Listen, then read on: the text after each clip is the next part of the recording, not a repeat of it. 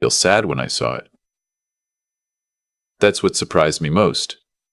I looked at the screen, read the words twice, set my phone face down on the kitchen counter, and poured myself the rest of my coffee. My hand wasn't even shaking. That told me everything I needed to know about what I was going to do next. My name is Warren. I am 67 years old. I live in a house in Oakville, Ontario, that I bought 31 years ago with money I earned laying pipe for the city of Toronto through winters that would make a younger man quit. My knees still remind me of those years every morning when I come down the stairs. I don't complain about it. I earned what I have, and I know it. And that knowledge has always been enough for me. My wife Helena passed 11 years ago. Breast cancer, caught late. We had 19 years together, and I would have traded every dollar I ever made to have 19 more. She was the one who kept our son, Derek, grounded. She had a way of looking at him, not angry, not disappointed, just steady. That made him check himself. After she was gone, I tried to do that. I wasn't as good at it as she was. I see that now. Derek is 34. He works in marketing for a tech company downtown. He's smart, good-looking, charming in the way that people who've never had to work very hard for anything tend to be charming. He grew up comfortable. Not spoiled, I thought. Comfortable. There's a difference, I always told myself. Looking back, I'm not sure I was right. When Derek was 28, I gave him something I thought would set him up. Helena and I had bought a second property years earlier, a townhouse in Burlington, about 20 minutes from where I live. We'd rented it out for years, kept it in good repair, paid off the mortgage. When Helena got sick, we talked about what to do with it. She said, give it to Derek when the time is right. Give it to him, not as a gift he didn't earn, but as a foundation he can build on. So that's what I did. Derek was 28, had been working steady for 3 years, seemed to have his head on straight. I transferred the property into a family trust with Derek named as a beneficiary, with one condition written clearly in the trust documents. He would live in it as a primary residence. It wasn't a rental investment for him. It was a home. His mother's idea of a home, worth around $680,000 at the time. I paid all the property taxes. I kept him on my insurance plan as long as I legally could. I even paid for a new furnace the year after I signed it over because the old one was going, and I didn't want him dealing with that in January. He said thank you once. At Christmas dinner that year, he raised a glass and said, "Thanks, Dad, you're the best." Then he went back to talking about something on his phone. I told myself that was enough. The kids his age show love differently. That Helena would have said not to keep score. So I didn't keep score. What I didn't know, what nobody told me, was that Derek had been seeing someone for almost 2 years. Her name, I eventually found out, is Cassidy. Her parents are from West Vancouver. Her father, a man I've never met in person, runs some kind of private equity firm. I know this because I Googled him later, after everything happened. Nice photo on his company website. Big smile. Expensive suit. I didn't know Cassidy existed. Not a mention. Not a single, "Dad, I've been seeing someone." Nothing. I understand young people keep things private. I'm not the father who needs to know every detail of his son's personal life. But 2 years.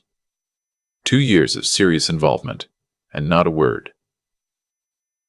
The first time I heard Cassidy's name was on a Tuesday morning in March. I was having my second coffee of the day and scrolling through Facebook. Yes, I'm on Facebook. I'm 67. That's what we do. And a suggested post came up from Derek's account. He doesn't post often. So it caught my eye. It was a photo. Derek, in a suit I'd never seen, standing in front of what looked like a registry office. Beside him was a woman in a cream-colored dress, flowers in her hand, beaming. On the other side of them, her parents. I could tell by the way they were posed. Her mother in a pale blue blazer. Her father with that same big smile from the company website.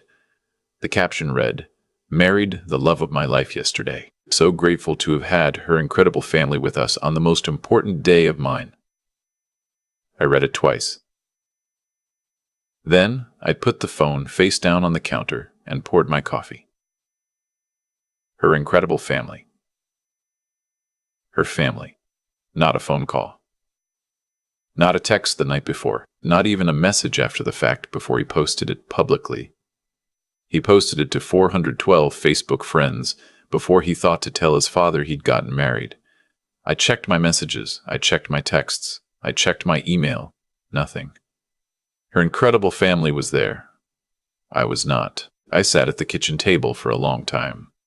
The coffee went cold. I thought about Helena, about what she would have said if she'd seen that photo. I thought about the furnace I replaced in January 3 years ago.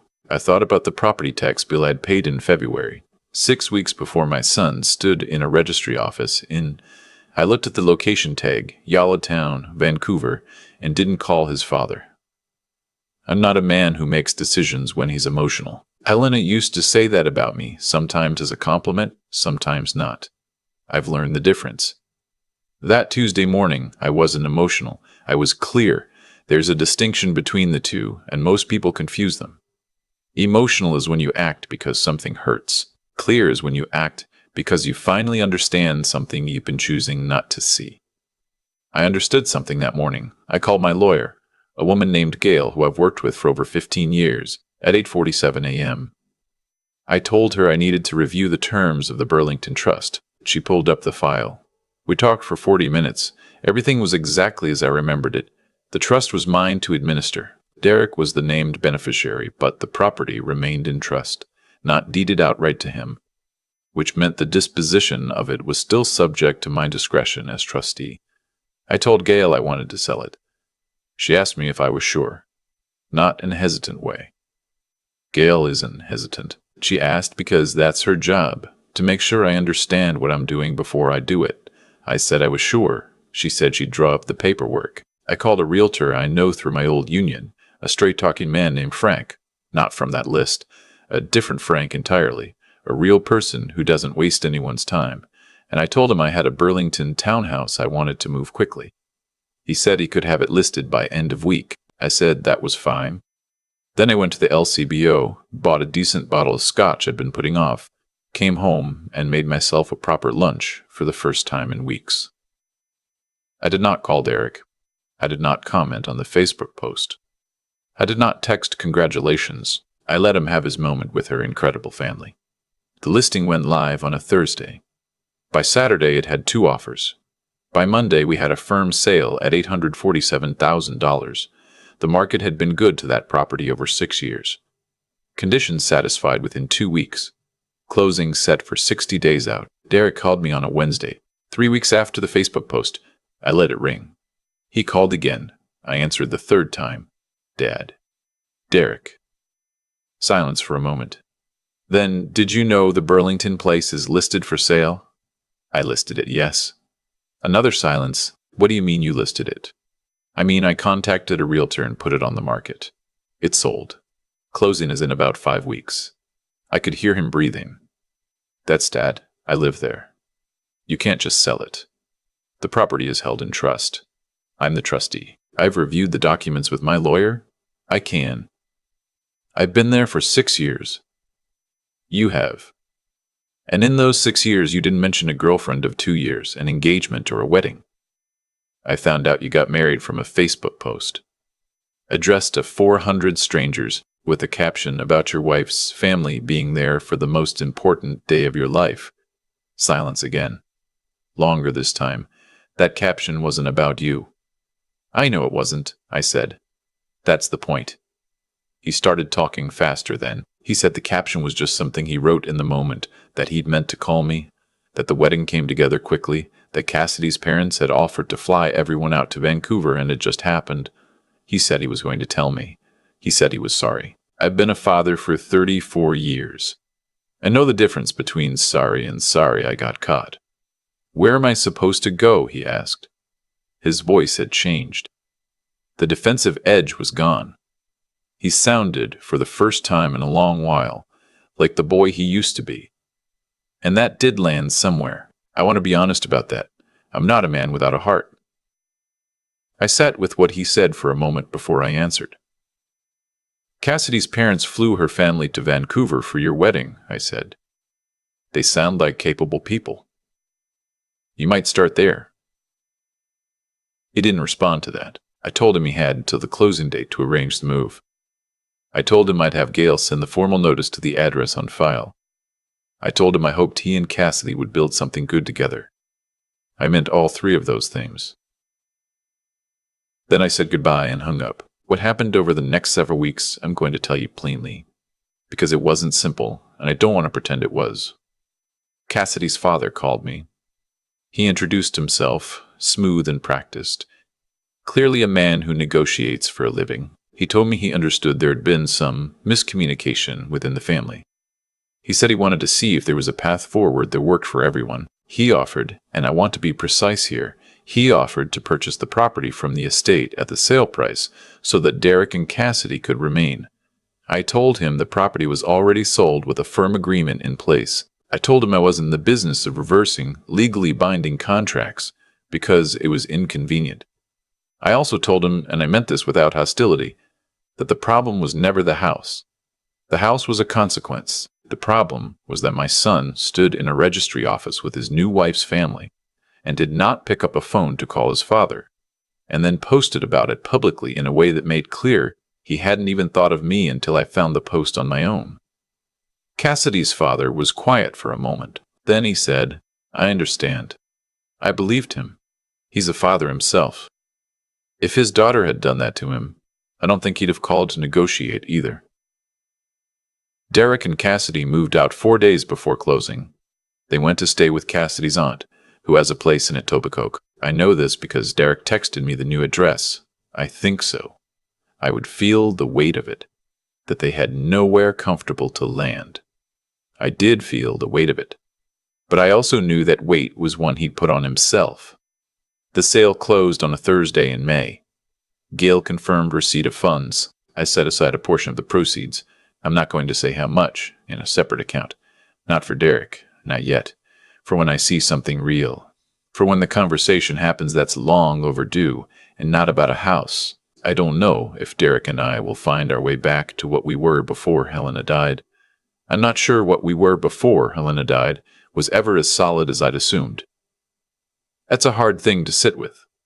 But I'd rather sit with something true than comfort myself with something false. He sent a letter in June. A real letter. Handwritten. 3 pages.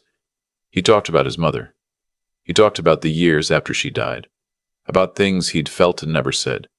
He talked about Cassidy. What she means to him. How he wishes I knew her. He said he was ashamed of the Facebook post. Not the wording, he said, but that I'd found out that way at all. He said he'd convinced himself that I wouldn't want to come to Vancouver, that I'd find it too emotional given that his mother and I had always talked about taking a trip out there together. He said he told himself a story so he wouldn't have to make a hard phone call, and that he knew, writing it out, how thin that sounded. It did sound thin. It also sounded honest. There's sometimes a gap between those two things, and sometimes there isn't. I wrote back. 1 page. I told him I'd read his letter more than once. I told him I wasn't interested in being owed an apology for the rest of his life. That wasn't what this was about. I told him that what I wanted, what I had always wanted, was a son who treated the people who loved him as if that love was worth something. I told him that if he wanted to come for dinner sometime, he could bring Cassidy. I'd like to meet her. Properly. He texted back within an hour. 2 words. Thank you. I don't know what comes next. I'm 67. My knees hurt in cold weather, and I drink my coffee alone most mornings in a house that still has Helena's garden visible through the kitchen window, because I've never had the heart to let it go completely. I have enough. I have more than enough. And most of what I have came from putting my back into work that mattered before anyone thought it mattered. What I know is this. You can love your children so completely that you forget to ask what they're learning from that love. You can give them every foundation and still leave out the lesson that foundations don't build themselves. That someone laid those stones in the cold, year after year, with nobody watching, because it was the right thing to do. Helena knew that. She tried to teach him. So did I in my way. Maybe we got some of it wrong. Maybe the right answer isn't visible yet. But I don't regret what I did. I made a decision from a place of clarity, not anger. I've never confused the two. And I'll tell you something else. Sitting at that kitchen table on a Tuesday morning with my cold coffee and that Facebook post, I wasn't just angry for myself. I was sad for Derek. Sad that at 34, he still hadn't learned that the people who show up quietly every year without a caption or a photograph are the ones worth showing up for. I hope Cassidy is good for him. I hope her family is everything that caption promised. I hope someday he calls me before he posts something on the internet. And I genuinely hope, that someday he has a child of his own who makes him wait by his phone on the most important morning of his life. And that in that moment he finally understands what Tuesday morning in March cost us both. Not the house. Never the house. The house was just a house. I've thought about that Tuesday morning more times than I can count. Not with bitterness. I want to be clear about that. With something closer to understanding. The kind that only comes when you stop defending your own position long enough to look at the whole picture. What I did wasn't about the house. I know some people will hear this story and think I was cruel, that a father who sells his son's home over a Facebook post has lost perspective. I understand that reading. I don't agree with it, but I understand it. Here's what I know to be true. Every choice carries weight, not in some mystical sense. I'm not a man who talks about the universe balancing itself out. I mean it's practically, mechanically, the way a pipe either holds pressure or it doesn't. Derek made a choice to exclude me from the most significant day of his life. Not once, not by accident, but consistently. Over 2 years of silence, topped off by a public post that named everyone who mattered and left me to find it on my own, scrolling through Facebook on a Tuesday morning with cold coffee. That choice had weight. And weight, eventually, lands somewhere. What I keep coming back to is the question of what I was teaching him by doing nothing.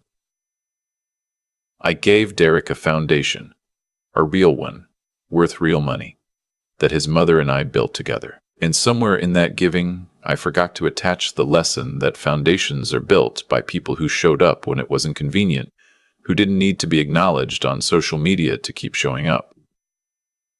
Helena knew how to thread that needle. She could give generously and still hold a standard. I gave generously and told myself the standard would take care of itself. It didn't. That's on me as much as it's on him. I sit with that.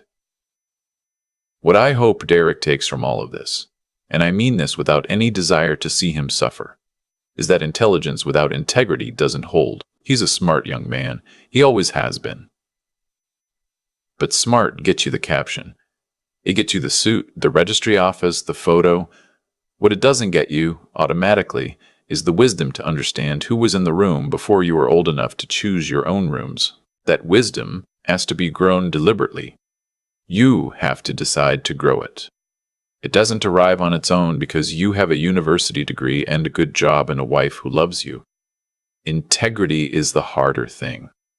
It's the thing that makes you pick up the phone, even when the call is awkward, even when you've been telling yourself a comfortable story about why you don't need to. Derek told himself, I wouldn't want to come to Vancouver. Maybe he even believed it. But he didn't ask. And not asking was easier than asking. So he didn't. That's where character either holds or it doesn't. In the small, private moment when the easier thing and the right thing are not the same thing. As for me, I'm still here. Knees still ache, garden still grows. I wrote back to his letter because that's what you do when someone finally finds the courage to be honest. Even late. You meet it. You don't reward avoidance, but you meet honesty when it arrives. I hope he comes for dinner. I hope I like Cassidy. I hope, someday, he tells his own children the whole story. Not a cleaned-up version, but the real one. The Facebook post, the cold coffee. The Tuesday morning his father sat alone in the quiet house and decided that love without honesty isn't love. It's just comfort. And comfort, I've learned, is the thing that makes people soft in exactly